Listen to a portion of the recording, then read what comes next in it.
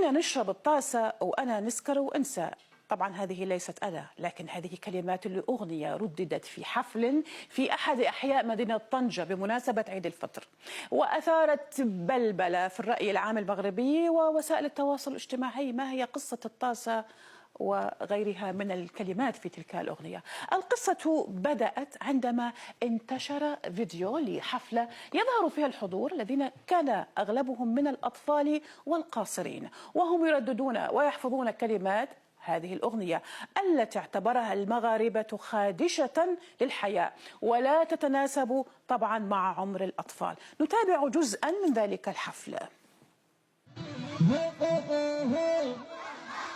يدو صوتني قوطي حفل البحر لعيروني انا اللي ضموني انا اشرب الطاسه انا اسكر وننسى انا وراني مليون والطاسي كل يوم.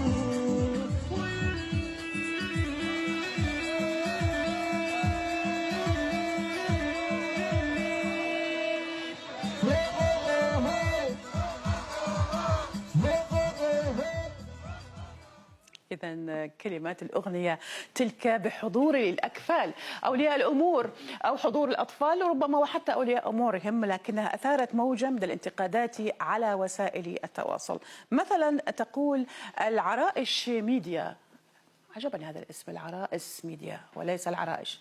العرائس تقول هكذا وبكل بساطة: يزرع القبح في أذان أطفال لم يتجاوزوا بعد سن البراءة، وتسكب المفردات السامة على رؤوسهم وهم يضحكون، لا لأنهم فهموا ولكن لأن الكبار قالوا لهم هذا فن، هذا فنان، وهذا ما عليكم أن تحبوه. أما أبو جنان يذهب إلى القول: الوضع أصبح كارثيا بكل المقاييس في جميع المدن، وما خفي كان أعظم. الأمر يتعلق بجيل أقل ما يقال عنه بنات 2012-2015، يعني الطفولة المبكرة تتربع على عرش مستقبل غامض وانحراف شبه أخلاقي خطير، أو بالأحرى منعرج خطير. أما بلال يكتب: هنا تعرف أن معظم الآباء لا دور لهم في التربية ولا حكم في البيت ولا حول ولا قوة لهم.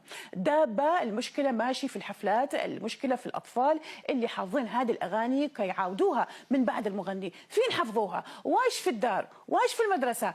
وايش في الزنقة؟ أسئلة كثيرة كلها متعلقة بواش واش واش. أما نحن نذهب إلى حسن في تدوينته يقول: حسبوني معقد أو قديم، ولكن من غير المقبول أن تغنى أغنية مثل هذه للأطفال في أي مكان كان، كيف إذا كانت في حفل عيد الفطر في طنجة؟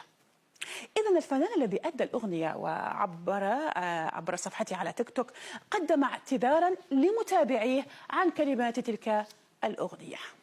يكونوا واضح الغلط كاين كاملين بينا ولاد المدينه وكاملين بينا ما نبغيوش داك الشيء هذاك. الغلط راه كاين، انا كنعتذر والاعتذار من شي من الرجال. صراحه داك الشيء جا بدون قصد.